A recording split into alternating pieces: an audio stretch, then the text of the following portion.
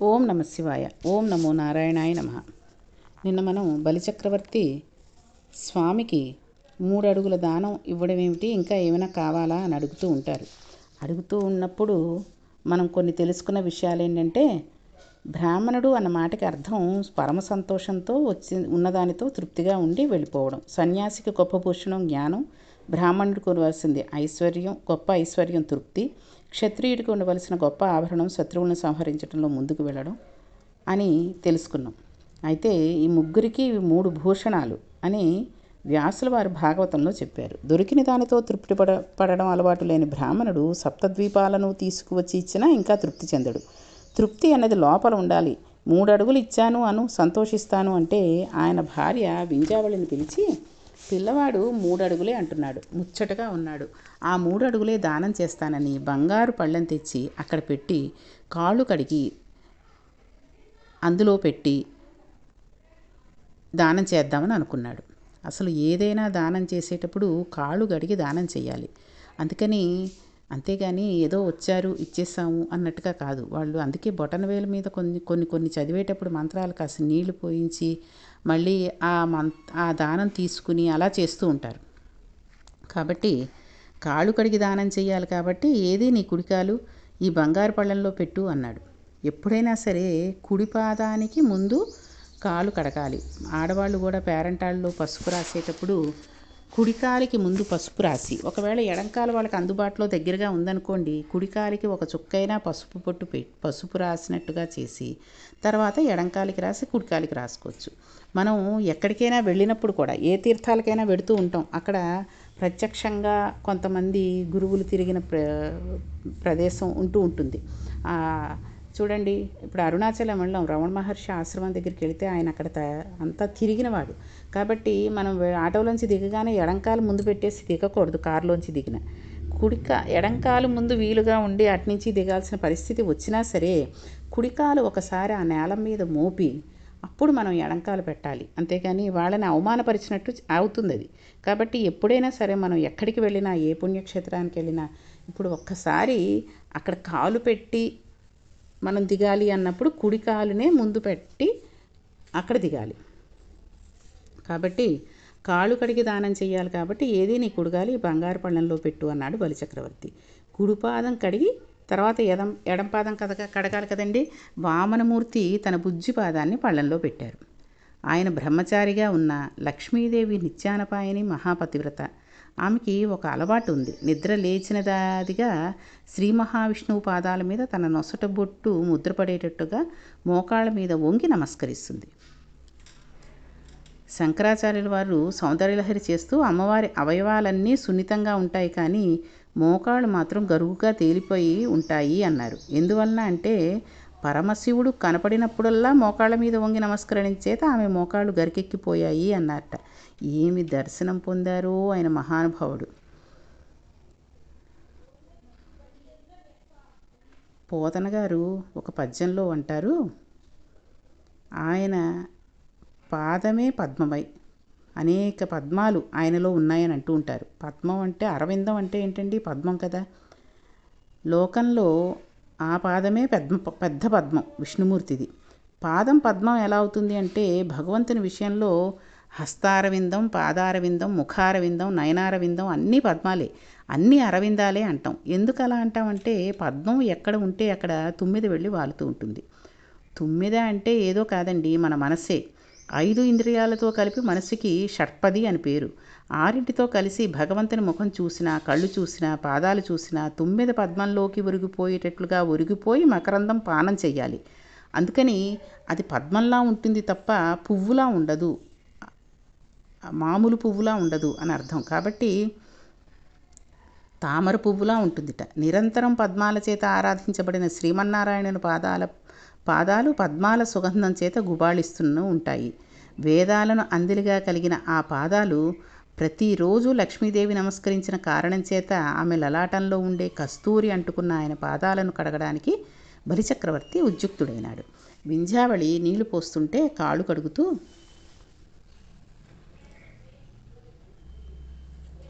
విప్రాయ ప్రకటవ్రతాయ భవతే విష్ణు స్వరూపాయ వేద ప్రామాణ్య విధేత్రిపాద ధరణిం దాస్యామి అంచు గ్రియాక్షిప్రుండై ధనుజేశ్వరుండు ఒడుగుం చేసాచి పూజించి బ్రహ్మప్రీతమ్మని ధారవోసే భువనం ఆశ్చర్యంబు పొందగా. బలిచక్రవర్తి దానం చేయడానికి సిద్ధపడిపోతుంటే శుక్రాచార్యుడు పరిగెత్తుకుంటూ వచ్చాడు. ఆయన గురువుగారు కదండి, ఆయనకు అన్నీ తెలుస్తాయి. ఎంత పని చేస్తున్నావు బలి, వచ్చినవాడు వామనమూర్తి, బ్రహ్మచారి అనుకుంటున్నావు, సాక్షాత్తు శ్రీమన్నారాయణుడు నిన్ను మోసగించడానికి బ్రాహ్మణ వటువుగా వచ్చాడు. నీవు 3 అడుగులు దానం చేశానని నీళ్లు విడిచిపెట్టిన ఉత్తర క్షణంలో 1 అడుగులో భూమిని కొలుస్తాడు, ఇంకొక అడుగుతో ఆకాశం కొలుస్తాడు, 3వ అడుగు నీ తల మీద పెట్టి పాతాళానికి తొక్కేస్తాడు, రాజ్యం ఇంద్రునికి ఇచ్చేస్తాడు, దానం ఇవ్వనన్ను పర్వాలేదు అన్నాడు. ఆయన ఇంకా అన్నాడు, నీ గురువుని నీకు నేను నీతి చెబుతున్నాను. ఆడవారి విషయంలో అబద్ధం చెప్పవచ్చు, పెళ్ళిళ్ళలో అబద్ధం చెప్పవచ్చు, ప్రాణం విత్తం మానం పోతున్నప్పుడు అబద్ధం చెప్పవచ్చు. అది ఇప్పటిది కాదండి, భాగవతంలో ఉన్నదని ఇప్పుడు కూడా పాటించేయకూడదు. అది రాక్షస నీతి. ఎందుకంటే కొన్ని విషయాల్లో ఏదో పెళ్ళిలో అబద్ధం ఆడవచ్చు అన్నారు కదా అని చెప్పేసి, ఏమీ ఉద్యోగం లేని వాడికి ఫలానా పెద్ద కంపెనీలో మా అబ్బాయి ఉద్యోగం చేస్తున్నాడు అని చెప్పేసి పెళ్ళిళ్ళలో అబద్ధం చెప్పవచ్చు అన్నారు. మనం ఈ దశావతారాల్లో విన్నాం, భాగవతంలో విన్నాము. కాబట్టి అబద్ధం చెప్పి పెళ్లి చేశానండి అంటే ఆ పిల్ల జీవితం పాడైపోదండి. కాబట్టి ఇది ఇప్పటి విషయానికి అనుకూలించి అప్పుడు చెప్పారు కాబట్టి నేను ఇప్పుడు అబద్ధం చెప్పేయచ్చు అని అనుకోకండి. అది రాక్షస నీతి. కాబట్టి వాళ్ళు చెప్పారు, మనం రాక్షసులం కాకూడదనే కదా ఇవన్నీ చదువుకుంటున్నాం. కాబట్టి అబద్ధం ఆడినా పాపం రాదు కనుక ఇస్తానని ఎప్పుడు అన్నాను పర్వాలేదు, నా మాటలు వక్రీకరించారు అన్నట్లుగా మార్చమని అంటే బలిచక్రవర్తి అన్నారు, మహానుభావ మీరు గురువుగారు, ఇస్తాను అన్న నన్ను మళ్ళీ ఇవ్వను అని అనమంటారా అన్నాడు. నా ప్రాణం పోయినా పర్వాలేదు కానీ ఇచ్చిన మాట తప్పను. నా ముందు చెయ్యి చాపినవాడు దానం పుచ్చుకోవడానికి సిద్ధపడ్డవాడు సామాన్యుడైనవాడు కాదు. ఒకరికి పెట్టడమే తప్ప ఒకరి వద్ద చెయ్యి చాపడం అవసరం లేనివాడు. బ్రహ్మాండంలో ఎవరి దగ్గర చెయ్యి చాపనివాడు మొట్టమొదట నా దగ్గరికి వచ్చి చెయ్యి చాపుతున్నాడు. పెట్టడం తప్ప పుచ్చుకోవడం చేత కాని వాడికి మొదటగా ఇచ్చిన వాడిని నేనే అవుతాను. బహుశా ఆఖరి వాడిని కూడా నేనే అవుతాను. అంత అదృష్టం నాకు పడితే కాదని అంటారేమిటి గురువుగారు? మీరు విష్ణువు చెయ్యి అంటున్నారు, అది మామూలు చెయ్యా? అది సామాన్యమైన చెయ్యి కాదు, నూతన మర్యాద చెందుతుంది. అంటే మనం ఎవరి మీదన్నా చెయ్యి వేస్తే అవతలి వారు మురిసిపోవాలి, అంతేగాని మళ్ళీ తిరిగి మన మీద చెయ్యి వేస్తే మనకి ఇంకా గౌరవం ఏముంటుందండి? చెయ్యి వేస్తే ఇవాళ ఆ మహానుభావుడు ముట్టుకున్నాడని మురిసిపోవాలి. అలా మనం మురిసిపోతే ఎవరు చెయ్యి వేశారో వాళ్ళ చెయ్యి నూతన మర్యాద పొందే చెయ్యి అంటారు. అలాగే విష్ణుమూర్తిది సామాన్యమైన చెయ్యి కాదు. చూడండి, మనం కూడా ఎవరైనా సరే భుజం మీద చెయ్యేసి ఆసరాగాను లేకపోతే బాగా చేసావనో, ఒక పిల్లవాడు ఏదైనా ఒక ఇంట్లో శుభకార్యం జరుగుతోంది, ఏదైనా ఒక కార్యక్రమం చేస్తున్నారు, అంతా తనే అయ్యి చిన్నపిల్లవాడైనా 20 నుంచి 25 ఏళ్ల పిల్లవాడైనా పిల్లైనా చకచక అన్నీ సమకూర్చేసి ఇల్లంతా తల్లి తండ్రి పీటల మీద కూర్చున్నారు కాబట్టి అన్నీ నేనే చూడాలి అనుకుని చకచక చేసేసారనుకోండి, ఆ తాతగారో బాబాయిలో పెదనాన్నగారిలో భుజం మీద చెయ్యేసి దగ్గరికి లాక్కుని శబాష్ అన్నట్టుగా కొంచెం భుజం తడుతారు. అలా అనగానే మనం కూడా వాళ్ళ మీద చెయ్యి వేసేస్తే వాళ్ళ పెద్దవాళ్ళకి ఇచ్చే మర్యాద ఏముంటుంది? ఉండదు. కాబట్టి ఆ చెయ్యి వేయడం అనేది నూతన మర్యాదకు చెందుతుంది. కాబట్టి విష్ణుమూర్తి చెయ్యి సామాన్యమైన చెయ్యి కాదు. అందరూ లక్ష్మీదేవి కడకంటి చూపు పడితే చాలని కోరుకుంటారు, కానీ లక్ష్మీదేవి ఆయన తన వంక చూస్తే చాలని కోరుకుంటుంది. శంకరాచార్యుల వారు కనకధార స్తోత్రంలో అంటారు కదండి, ముగ్ధ ముహుర్విదధతి వదనే మురారేహే ప్రేమత్రపా ప్రణిహితాని గతాగతాని మాలాదృశోర్మధుకరీవ మహోత్పలేయ సామే శ్రియం దిశతు సాగర సంభవాయాహ అంటారు. అమ్మవారు శ్రీ మహావిష్ణువుని తిన్నగా చూడకుండా పక్క నుండి చూస్తూ ఉంటుందిట. తిన్నగా చూస్తే బాగుండదేమో, బొత్తిగా అలా తిన్నగా చూసేస్తోంది ఏంటి అనుకుంటారేమో అని అలా పక్క నుండి కొంచెం ఓవర్గా చూస్తూ ఉంటుందిట. ఎందుకు అలా చూస్తుంది అంటే, ముగ్ధ అన్నారు శంకరాచార్య వారు. తన భర్తే అయినా స్వతంత్రించి చూడడానికి పిల్లలు అందరూ ఉన్నారు, బాగుండదని సిగ్గుపడుతూ అలాగని భర్తని చూడకుండా ఉండలేక చూడాలి అన్న కోరిక అస్తమానం తనకి వస్తుంటే క్రీకంట చూద్దామని ఆయన ఒక చూస్తుంటే ఆయన తనని చూసేటప్పటికీ నేను తనని చూస్తున్నానని చూసేశాడేమో అని మళ్ళీ చూపును పక్కకు తిప్పుకుంటున్న లక్ష్మీదేవి మళ్ళీ ఒక్క నిమిషం చూడకుండా ఉండలేక మళ్ళీ చూస్తూ ఉంటే ఆయన చూసేస్తాడేమో అని కంగారు పడుతూ, అది ఒకసారి ఊహించుకోండి ఎంత అందంగా ఉంటుందో. సిగ్గుపడి మళ్ళీ చూపు తిప్పుకుంటూ ఉంటే ఆ కలుసుకున్న చూపులు అటూ ఇటూ తిరిగితే నల్ల తుమ్మెదల బారుతో దండలు కట్టినట్లుగా ఉందమ్మా అన్నారు ఆయన శంకరాచార్యుడు వారు కనక మహాలక్ష్మి స్తోత్రంలో, కనకధార స్తోత్రంలో. అలా చూసిన తల్లి చూపులు మనకు మంగళాలు ఇచ్చుకాక. ఎప్పుడు శ్రీ మహావిష్ణువును చూసినా అమ్మవారు అలాగే చూస్తుంది. లీలాసకుడు కృష్ణకర్ణామృతంలో ఒక చమత్కారం చెప్పారండి. రుక్మిణీ కృష్ణులకు వివాహం చేస్తుంటే ఇద్దరు ఎదురెదురుగా కూర్చున్నారు. కృష్ణుడు ఆమెను అదే పనిగా చూస్తున్నట్ట. ఆవిడ తనని చూడాలి అనుకుంటున్నాడు. ఆమె మాత్రం తల దించుకునే ఉందిట. పెళ్లి చేయించే బ్రహ్మగారు ఏదో పని ఉండి పక్కకు పెడితే కృష్ణుడు, రుక్మిణి ఇందాకటి నుండి నిన్నే చూస్తున్నాను, నా వంక కళ్ళెత్తి చూడవేమిటి అని అడిగాట. అడిగితే ఆమె తల వంచుకునే అందిట, నేను మిమ్మల్నే చూస్తున్నాను, మీరు పురుషులు కనుక తల ఎత్తి చూశారు, నేను తల ఎత్తి చూస్తే బాగుండదని నా మెడలో మణిలోని మీ ప్రతిబింబాన్ని చూస్తున్నాను, చూసేవాళ్ళు తల వంచుకున్నాను అనుకుంటున్నారు అన్నదిట. అలా వాళ్ళిద్దరు అనరాగం ఉంటుందని లీలాసకుడు చెప్పాడు. ఎంత అద్భుతంగా ఉందండి అది. లక్ష్మీదేవి శ్రీ మహావిష్ణువు చెయ్యి తన మీద పడగానే పరవశించిపోతూ ఉంటుంది. ఆమె కొప్పుపై తనువుపై ఆమె శరీరాన్ని తడుముతూ ఉంటుంది ఆ చెయ్యి. అమ్మవారి బుగ్గలు పుణికే చెయ్యి, ఆమె పమటి కొంగు పట్టుకుని ఆడుకుంటూ ఉండేటటువంటి చెయ్యి. అలా పట్టుకుంటారా అంటే గజేంద్ర మోక్షంలో మనం చదువుకున్నాం కదండి, అమ్మవారి కొంగు విష్ణుమూర్తి పట్టుకున్నాడా అంటేను. ఆ రోజున పమిటి కొంగు పట్టుకుని లక్ష్మీదేవి ఎంత తడిపడిపోయిందో పోతన గారి గజేంద్ర మోక్షంలో మనం మహాభాగవతంలో తెలుసుకున్నాం, గజేంద్ర మోక్షంలో మనం విన్నాం. కాబట్టి ఆమె పాదాలను పట్టుకుంటుంది, ఆమె పాదాలను పట్టుకుని ఉంటుంది ఆ చెయ్యి. భార్య కాళ్ళు పట్టుకోవడం ఉంటుందా అనే అనుమానం కూడా ఉంటుంది. అయితే ఈ విష్ణుమూర్తి చెయ్యి ఏమిటి, అమ్మవారి పాదాలను పట్టుకోవడం ఏమిటి అంటే అసలు తప్పు కదండి. భార్య పాదాలు భర్త పట్టుకోకూడదు. నందితిమ్మన గారు పారిజాతాపహరణలో చెప్పారు కదా, జలచాతనాహవాసవాది అనుకుంటూ పద్యంలో సత్యభామ కిరీటాన్ని తనితే కృష్ణ భగవానుడు సత్యభామ రెండు కాళ్ళు పట్టుకున్నట్ట. ఎందుకు, తన్నడం వల్ల నీ పాదాలు కమిలిపోయాయేమో అన్నట్టుగా. లక్ష్మీదేవి పారవస్యానికి కారణమైన ఆ చెయ్యి కింద పైన నా చెయ్యి ఇంకా ఏం కావాలి అన్నట్టుగా, రాజ్యం గీజ్యం నా శరీరం ఏదైనా పోని ఈ కీర్తి వదులుకోను, ఇచ్చేస్తాను అన్న ఊపులో బలిచక్రవర్తి ఉన్నాడా అంటే ఆ చెయ్యి గురించి అంత మహత్తు తెలుసు కాబట్టి ఆయన అలా అన్నాడు. అలా అనేసరికి గురువుగారు తెల్లబోయారు. కారే రాజులు రాజ్యములు గలగవే గర్వోన్నతిన్ పొందరే, వారేరి సిరి మూట కట్టుకుని పోవం జాలిరే, భూమిపై బేరైనం గలదే, సిబి ప్రముఖులం ప్రీతిన్ యసక్కాములై ఈరే కోర్కెలు, వారలన్ మరిచిరియే ఇక్కాలమున భార్గవ అన్నట్టు. భాగవతంలో అద్భుతమైన స్థాయిని పొందిన పద్యం ఉంది. ఈ పద్యాన్ని కనుక ఇప్పటి రోజుల్లో ఉన్న మనుషులు కనుక అర్థాన్ని కనుక తెలుసుకుంటే ఎవ్వరూ కూడా డబ్బు కోసం కాపిన పడిపోయి బలల కింద చేతులు పెట్టేసి ఎక్కడెక్కడ వాళ్ళనో దౌర్జన్యంగా లాగేసుకోవడాలు లాంటివి చేసుకోరు. ఎప్పటికో ఎవరికో పిల్లలకో మనవలకో మునిమనవలకో ఇచ్చేద్దామన్నంత ఆస్తులు సంపాదించుకోరు. కాబట్టి ఈ కరోనా వచ్చినప్పుడు చూశారు కదండి, ఎంతమంది పడిపోయారు. అందరినీ ఒకే గుంతలో వేసి ఒకే చోట కాల్చేయడం చేశారు. వాడు మహారాజా, అంతకుముందు కోట్లకు అధిపత, లేకపోతే ₹1 కూడా లేనివాడా అన్నది ఏమీ చూడలేదు. వాడితో పక్కనే వాడితో సమంగానే అంతా అయిపోయాయి. కాబట్టి ఈ భూమిని పరిపాలించామన్న రాజులు ఎంతమంది వచ్చారు? ఒక్కరి పేరు లోకాన ఉన్నదా? అందరూ భూమిపతలం అన్నవాళ్లే, అందరూ వెళ్ళిపోయారు.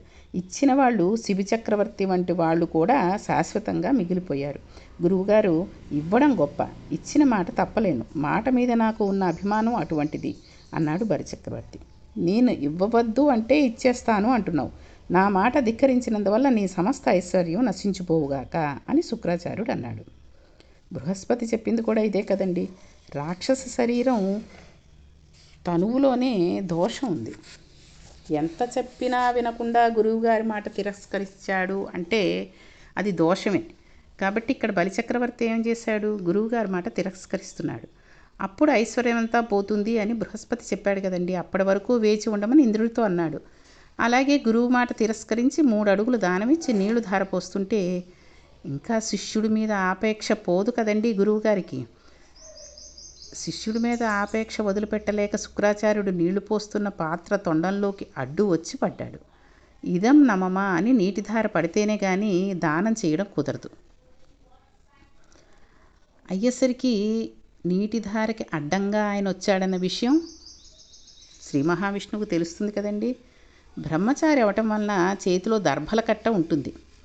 ఏమిటి నీళ్లు పడటం లేదు అంటోంది వింధ్యావళి, బలిచక్రవర్తి భార్య ఆవిడ. ఉండమ్మా నేను చూస్తానని అడ్డం పడ్డ శుక్రాచార్యుల కంట్లో గుచ్చుకునేటట్లుగా దర్భతో ఒక్క పోటు పొడిచాడు వామనమూర్తి. ఇస్తాను అన్నవాడికి ఇవ్వకుండా అడ్డుపడితే ఉన్న కన్ను పోతుంది.